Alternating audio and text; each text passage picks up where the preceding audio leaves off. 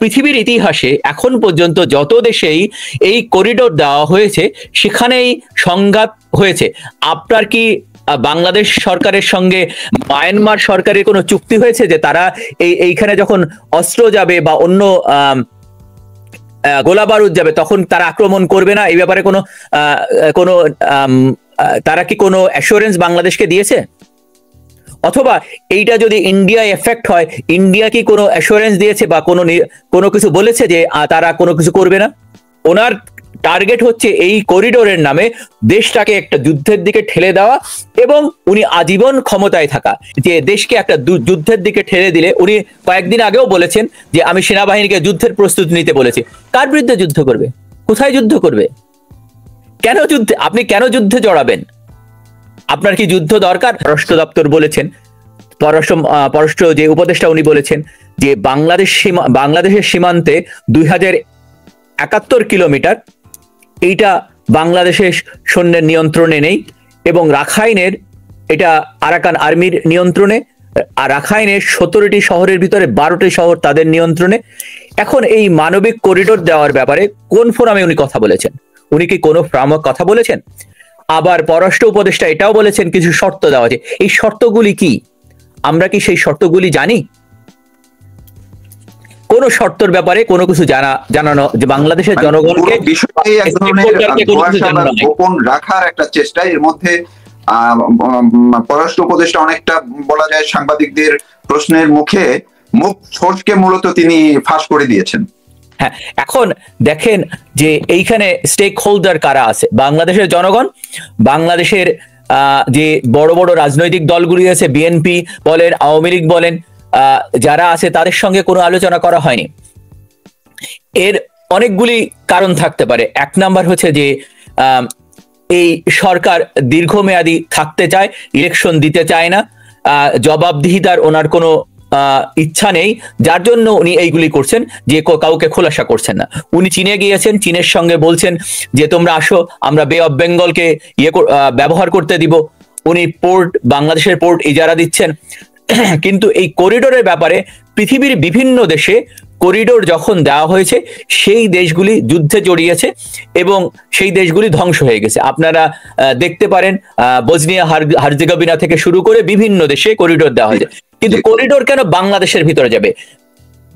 বার্মার যে বর্ডার আছে, এটা যদি ম্যাপটা পুল আপ করেন তাহলে দেখবেন যে বাংলাদেশের বর্ডার, এই বার্মার বর্ডার কিন্তু থাইল্যান্ডের সঙ্গে আছে, লাওসের সঙ্গে আছে, ইন্ডিয়ার সঙ্গে আছে। এখন ইন্ডিয়াও তো তার পাশাপাশি দেশ। আমাদের ইন্ডিয়ার সঙ্গে যেমন বর্ডার আছে, মায়ানমারের সঙ্গে ইন্ডিয়ার বর্ডার আছে। আমরা কি ইন্ডিয়ার সঙ্গে কোনো আলোচনা করেছি? অথবা বার্মিজ গভর্নমেন্টের সঙ্গে কি কোনো আলোচনা করেছি? এইটার ভিতর দিয়ে কি যাবে? এইটা কি শুধু খাদ্য যাবে, নাকি এইটা অস্ত্র যাবে, নাকি এইটার ভিতরে অন্য কোনো স্মাগলিং হবে? এইগুলো তো কোনো খোলাসা করা হয়নি। অথবা উনি যখন বিদেশ থেকে সফর থেকে আসেন, জনগণের কাছে জবাবদিহিতার জন্য উনি সাংবাদিকের মুখোমুখি হন না, উনি বিদেশি সাংবাদিকদের মুখোমুখি হতে চান। কারণ বিদেশি সাংবাদিক একটা নিজের ঢোল ঢাক পিটানো যায়। যেমন ধরুন, উনি কিছুদিন আগে পোপ মারা গেলেন, পোপ ফ্রান্সিস, উনি গেছেন ওখানে যে নিজের গুণগান করেছেন। ওনাকে পোপ পছন্দ করতেন। উনি তো বলেননি বাংলাদেশের কথা, উনি গেছেন বাংলাদেশের সরকার প্রধান হিসাবে। তো ওনার তো দায়িত্ব ছিল বাংলাদেশকে তুলে ধরা। উনি কি বাংলাদেশকে তুলে ধরেছেন? ধরেননি। ধরুন স্টারলিংক এর এই যে স্টারলিংক নিয়ে আসলো, এটা গ্রামীণের মাধ্যমে আসছে। বাংলাদেশ কি উপকার, বাংলাদেশের জনগণ বা বাংলাদেশ সরকার এইটার কি কোনো নিয়ন্ত্রণে থাকছে না? এইটা যাচ্ছে গ্রামীণের কাছে। তার মানে ওনার যে প্রতিষ্ঠান সেইটা উপকৃত হচ্ছে। আবার উনি দেখবেন যে গত 5ই আগস্টের পরে বিভিন্ন জায়গায়, বিভিন্ন ফোরামে উনি একটা বই উপহার দিতেন, সেটার ভিতরে বিভিন্ন স্কেচ, যে ছাত্ররা মারা গেছে ওটা। তাহলে এই 5ই আগস্টের পরে যত পুলিশ, 2-3 হাজারের উপরে পুলিশ মারা গেল, তাদের স্কেচ কেন তৈরি করা হয় না? সেইটা কেন ইনক্লুড করা হয় না? অথবা ঢাকা বিশ্ববিদ্যালয়ের মতো জায়গায় একজন মানুষকে, তোফাজ্জেলকে ডেকে নিয়ে মেরে ফেলা হলো, তার স্ক্র্যাচ কেন তুলে ধরা হলো না? অথবা শামীম মোল্লা জাহাঙ্গীরনগর বিশ্ববিদ্যালয়ে যাকে মেরে ফেলা হলো, তারটা কেন তুলে ধরা হলো না? কিছুদিন আগে বেসরকারি একটা বিশ্ববিদ্যালয়ে একজন ছাত্রকে মেরে ফেলা হলো, তারটা কেন তুলে ধরা হয় না? শেফালি অথবা এত ধর্ষণ রাহাজানি হলো, তারটা কেন তুলে ধরা হয় না? উনি আসলে he doesn't care about anybody, he care about himself. এবং দেখবেন যারা এখন উপদেষ্টা আছে তারা কোনো না কোনো ভাবে গ্রামীণের সঙ্গে যুক্ত, এইটা আছে। এই প্রোপাগান্ডা উনি দেশ বিক্রি করার একটা প্রোপাগান্ডা করছেন, দেশ বিক্রি করা। এখন যে দেশকে একটা যুদ্ধের দিকে ঠেলে দিলে, উনি কয়েকদিন আগেও বলেছেন যে আমি সেনাবাহিনীকে যুদ্ধের প্রস্তুতি নিতে বলেছি। কার বিরুদ্ধে যুদ্ধ করবে? কোথায় যুদ্ধ করবে? কেন যুদ্ধে, আপনি কেন যুদ্ধে জড়াবেন? আপনার কি যুদ্ধ দরকার? অথবা পোর্ট এজারা দিচ্ছেন, এটাকে আমি শিল্প কলকারখানা নষ্ট করে দিচ্ছি, তার মানে যুদ্ধ যখন জড়াবেন তখন কি হবে? একটা দেশ ধ্বংস হয়ে যাবে।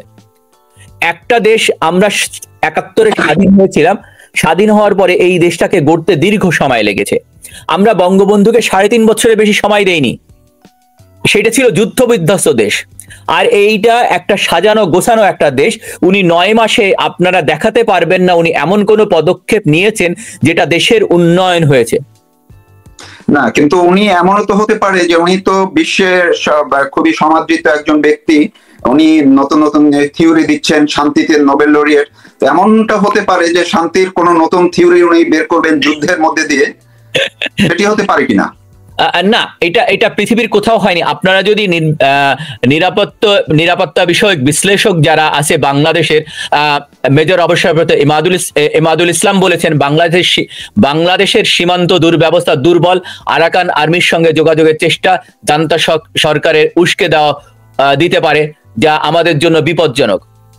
এটা আমি বলছি না, এটা যারা নিরাপত্তা বিষয়ে এক্সপার্ট তারাও বলছেন যে এইটা। এবং পৃথিবীর ইতিহাসে এখন পর্যন্ত যত দেশেই এই করিডোর দেওয়া হয়েছে সেখানেই সংঘাত হয়েছে।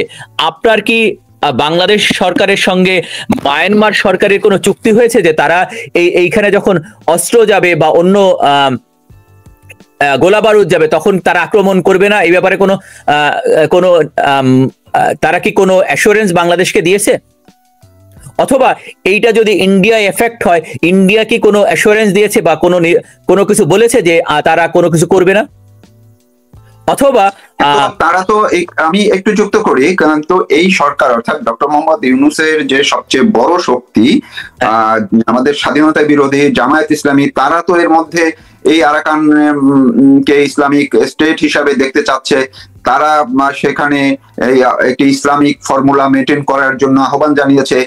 দুদিন আগে হিজবুত তাহরির নিষিদ্ধ জঙ্গি সংগঠন তারা স্টেটমেন্ট দিয়েছে যে তারা বাংলাদেশ সেনাবাহিনীকে অভিযান চালাতে বলেছে আরাকানে। কারণটা হচ্ছে তারা খিলাফত রাষ্ট্র সেখানে প্রতিষ্ঠা করতে চায়, দেখতে চায়। তো এগুলো তো এই সরকার প্রমোট করছে কিনা? হ্যাঁ, ডেফিনেটলি। আপনি যদি দেখেন বাংলাদেশ সরকারের, আপনি গত বছর ৫ই আগস্টের পরে সেনাবাহিনীর প্রধান জনাব ওয়াকারুজ্জামান, উনি প্রথম এসেই ওনার বক্তব্য ছিল যে আমি জামাতের আমির এর সঙ্গে মিটিং করেছি। বাংলাদেশের সংবিধান অনুযায়ী সেটা যেভাবে হয়, আমি কোনো রাজনৈতিক দল নিষিদ্ধ করার পক্ষে না, আনলেস সামথিং রিয়েলি হ্যাপেন। তো এখন উনি তখন নিষিদ্ধ দল, একজন সেনাবাহিনীর প্রধান কিভাবে একটি নিষিদ্ধ দলের সঙ্গে মিটিং করতে পারেন? এটা সংবিধান লঙ্ঘন করা। উনি তো বলেননি যে বিএনপির সেক্রেটারি মির্জা গোলাম হাফিজের সঙ্গে আমি বৈঠক করেছি, এই কথা তো বলেননি। অথবা জাতীয় পার্টি অথবা আওয়ামী লীগ তার সঙ্গে মিটিং করেছি। এখন ওনার দখল করার পরপরই উনি কিংস পার্টি গঠন করলেন। কিংস পার্টি গঠন পর তাদের মূলই উদ্দেশ্য হচ্ছে আওয়ামী লীগকে নিষিদ্ধ করা। তা তাদের যারা আওয়ামী লীগকে নিষিদ্ধ করতে চান, যারা বলছেন যে গণহত্যা চালিয়েছে, গণহত্যা কোথায় হলো? এই যে ছাত্রগুলি মারা গেছে এদের অনেকে ফেরত এসছে, যাদের কথা বলা হয়েছিল। অথবা যখন স্বরাষ্ট্র উপদেষ্টা হিসাবে জনাব ব্রিগেডিয়ার শাখাওয়াতকে অ্যাপয়েন্টমেন্ট দেওয়া হলো, তখন উনি বলেছিলেন এই যে হত্যাকাণ্ড গুলো হয়েছে সেখানে 7.62 মিলিমিটার বুলেট ইউজ করা হয়েছে, এগুলি বাংলাদেশ সেনাবাহিনী অথবা বাংলাদেশ পুলিশ ব্যবহার করে না। তাহলে তার পরপরই ওনাকে সরিয়ে দেওয়া হলো। তারপরে আনা হলো একজন অথর্ব লেফটেন্যান্ট জেনারেলকে, যিনি বিভিন্নভাবে যারা হুমকি ধমকি ধ্বংসযজ্ঞ চালাচ্ছে, মব চালাচ্ছে, তাদেরকে প্রোটেকশন দিয়ে যাচ্ছে। উনি সেনাবাহিনী সার্জিদকে প্রোটেকশন দেয়। তাহলে আপনি তাদের কাছে কি আশা করতে পারেন? এই তাদের কাছে আমার একটা প্রশ্ন আছে যে তারা বলে যে আপনি গভর্নমেন্ট গেজেট অনুযায়ী 873 জন ছাত্র বা শ্রমিক মারা গেছে। এদের সঠিক তথ্য জানা দরকার, তাদের নাম, ঠিকানা, তারা কোথায় কাজ করত, তাদের বয়স কত, তাদের কবর কোথায় হয়েছে, এইগুলি তো আমাদের জানা দরকার। এইগুলি কি আমরা জানি না, নাম্বার 1। নাম্বার 2, যে এর বিপরীতে 1971 সালে 30 লক্ষ মানুষ জীবন দিয়েছে, 2 লক্ষ মা বোন তাদের ইজ্জত দিয়েছে। তাহলে এই যে ছাত্ররা যারা বলছে যে আমরা আওয়ামী লীগ, তারা কেন বলে না যে 1971 সালে জামাত, নিজাম ইসলামী পার্টি, যারা এখন মামুনুল হকের বাবা ছিলেন নিজাম ইসলামী পার্টির প্রধান, তাহলে কেন এরা বলে না যে এদেরকে নিষিদ্ধ করা হোক? তার মানে দেখা যায় যে এরা স্বাধীনতা বিরোধী, এরা দেশ বিক্রি করে এরা পাহাড় গড়তে চায়। ধরেন আমরা ছোটবেলা, আপনারও মনে থাকার কথা, আমরা সুদ কষা অঙ্ক করেছি, তাই না? করেছি না? এখন এই আসিফ মাহমুদ, সজীব ভুইয়ার পিএস এবং অন্যান্য পিএসআই এই 7 মাসে 311 কোটি টাকা, অথবা ও এনসিপির যে একজন যুগ্ম সদস্য সচিব তানভীর 400 কোটি টাকা ইনকাম করেছে। যদি 7 মাসে 400 কোটি টাকা হয়, তাহলে 16 বছরে কতটা কোটি টাকা হবে? বিভিন্নভাবে তারা পার্টি গঠন করার পরে তারা এই ইন্টারকন্টিনেন্টালে ইফতারের আয়োজন করলো। এই ইফতারের টাকা কোত্থেকে আসলো? সারজিৎ গাড়ির বহর নিয়ে গেল, এই টাকার উৎস কোথা থেকে আসলো? এখন পর্যন্ত ইউনূস সাহেব উনি বলছে অ্যাকাউন্টেবিলিটি, উনি বা ওনার ক্যাবিনেটের কেউ কি এখন পর্যন্ত আপনাদের কাছে দিয়েছে যে আমাদের ইনকাম কত, আমরা কোত্থেকে কত টাকা আছে, আমাদের পরিবারের কত টাকা আছে, এরকম কোনো হিসাব দিয়েছে? দেয়নি। ওনার টার্গেট হচ্ছে এই করিডোরের নামে দেশটাকে একটা যুদ্ধের দিকে ঠেলে দেওয়া এবং উনি আজীবন ক্ষমতায় থাকা। এর আগেও আপনি দেখেছিলেন যে 2007 সালে 111 এর পরে উনি ক্ষমতা দখল করতে চেয়েছিলেন, পার্টি গঠন করতে চেয়েছিলেন, জনগণের ম্যান্ডেট পাননি, যার জন্য উনি তখন বলেছিলেন যে সেনাবাহিনীকে ওনাকে 10 বছরের জন্য ক্ষমতায় দেওয়া হোক এবং 10 বছর ক্ষমতায় দিলে উনি ক্ষমতা নেবেন। কিন্তু জনগণ ওনাকে সাড়া দেয়নি, এখনো জনগণ সাড়া দেয়নি। কিন্তু উনি ঢাকা শহরে কিছু মাস্তান দিয়ে, এই হাসনাত, সারজিৎ, এদেরকে দিয়ে মব সৃষ্টি করে ক্ষমতায় থাকার চেষ্টা করছেন। এইটা বেশি দিন বাংলাদেশের মানুষ মেনে নেবে না। আমি একটা জিনিস আপনার মাধ্যমে, আপনার অডিয়েন্সের মাধ্যমে বাংলাদেশের মানুষকে আবেদন জানাবো, আপনারা দেখেন বঙ্গবন্ধু কন্যা আপনাদেরকে কি দিয়েছিল, অথবা দেখেন যে উনি যে কথাগুলি বলেছিল উনি ভুল বলেছিল কিনা, সেটা এখন ঠিক প্রমাণিত হচ্ছে কিনা। আপনার বাংলাদেশের একটা বড় ইনকাম আসে টুরিস্ট, সেটা হচ্ছে কক্সবাজার থেকে। তার মানে কি এই করিডোর দিলে কক্সবাজার বা বান্দরবন এরিয়াতে কোনো টুরিস্ট যেতে পারবে না, বিদেশি কেউ যেতে পারবে না।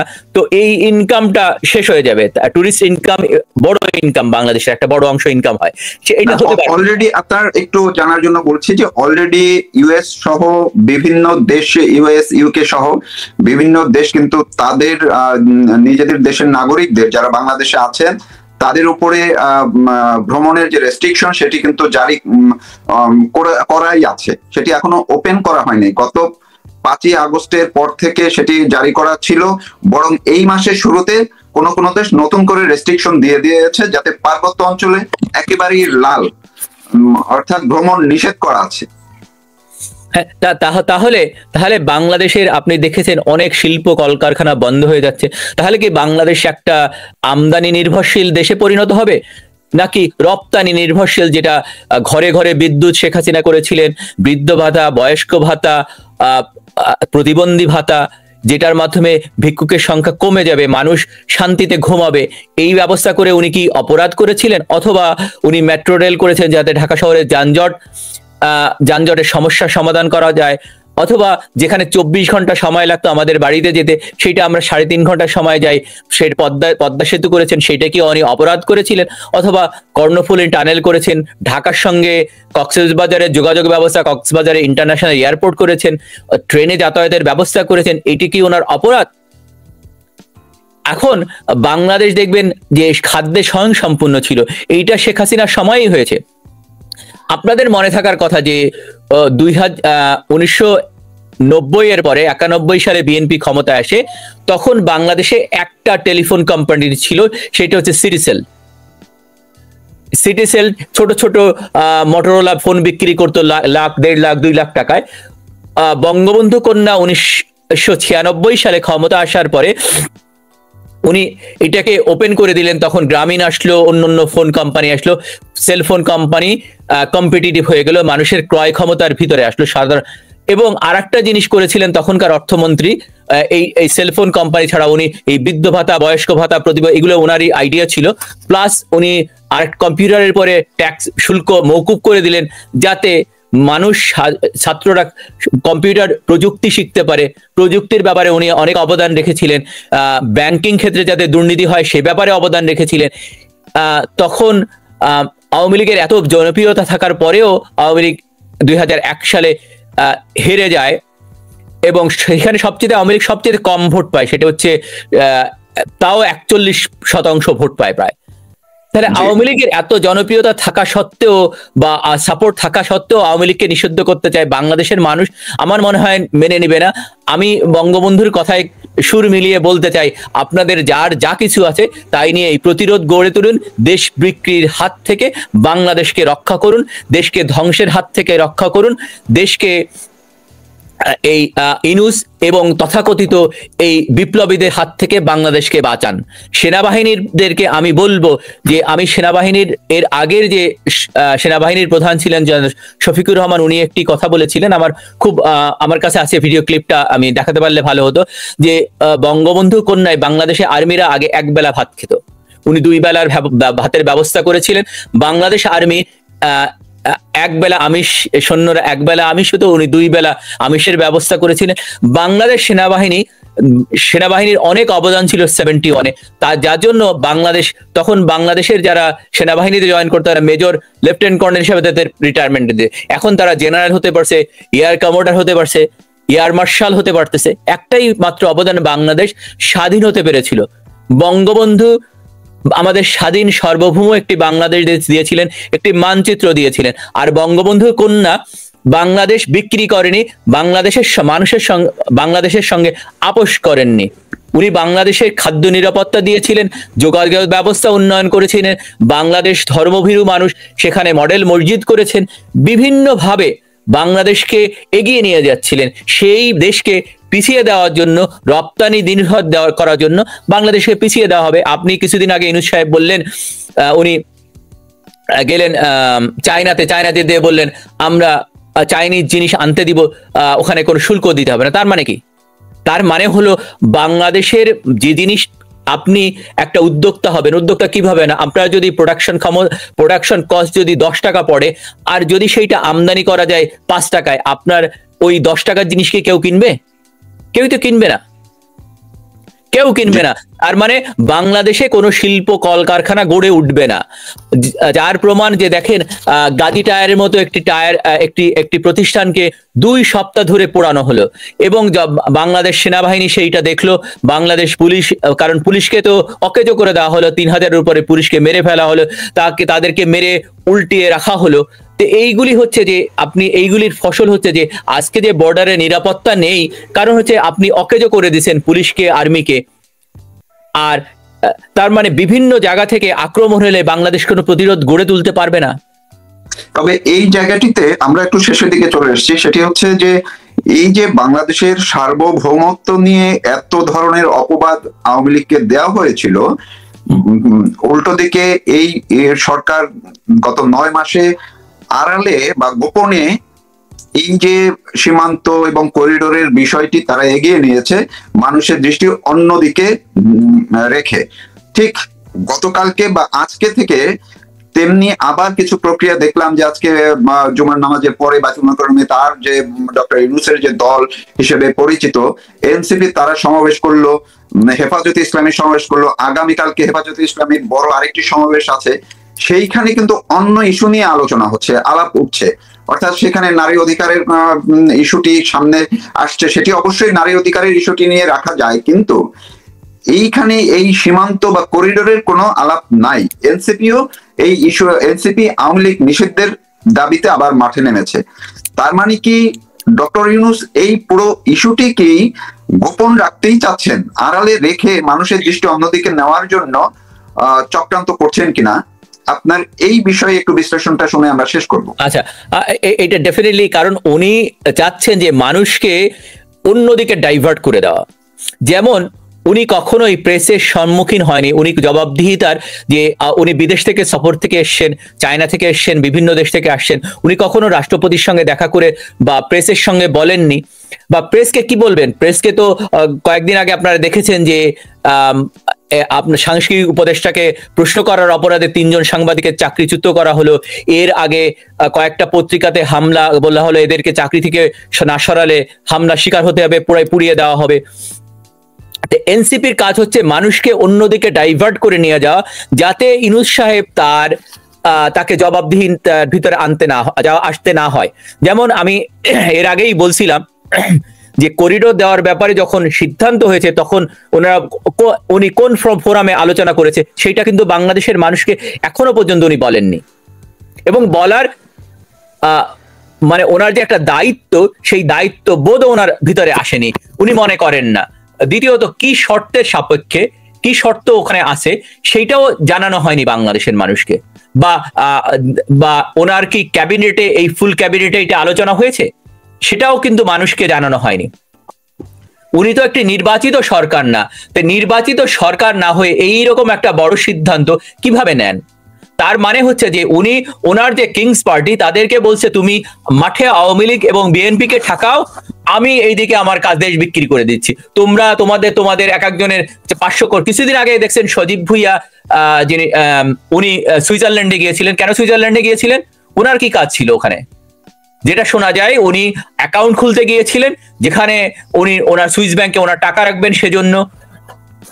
তো এখন এই ওনার কিংস পার্টি এবং ওনার সহযোগী যারা আছেন তাদেরকে বলছে মাঠে ঢাকা শহর দখল করে রাখো, যাতে অন্য রাজনৈতিক দল ঢাকা শহরে এই ব্যাপারে কোনো আন্দোলন করতে না পারে। আমি এর ভেতরে দেশটাকে বিক্রি করে দেয়, দেশটাকে ধ্বংস করে দেয়। আমার কি, আমার টাকা তো আসছেই, আমার টাকা আসলেই হয়ে গেল। তো উনি কখনোই এবং আপনি দেখেন যে খলিলুর রহমান সাহেবও কিছু কিছু জিনিস বলেছেন, পুরো বলেননি। ওনার তো উনি নিরাপত্তা নিরাপত্তা উপদেষ্টা, অথচ উনি আর্মি, নর্মালি এই সব ব্যাপারগুলিতে আর্মি থেকে কেউ আসে, কেউ লেফটেন্যান্ট জেনারেল অথবা জেনারেল পর্যায়ের কেউ আসে যিনি নিরাপত্তা বিশেষজ্ঞ হবেন।